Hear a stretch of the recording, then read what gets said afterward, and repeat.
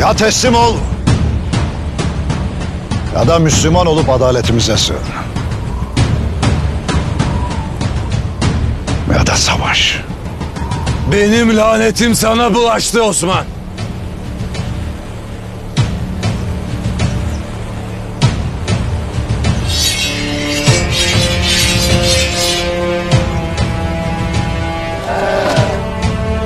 Atlar!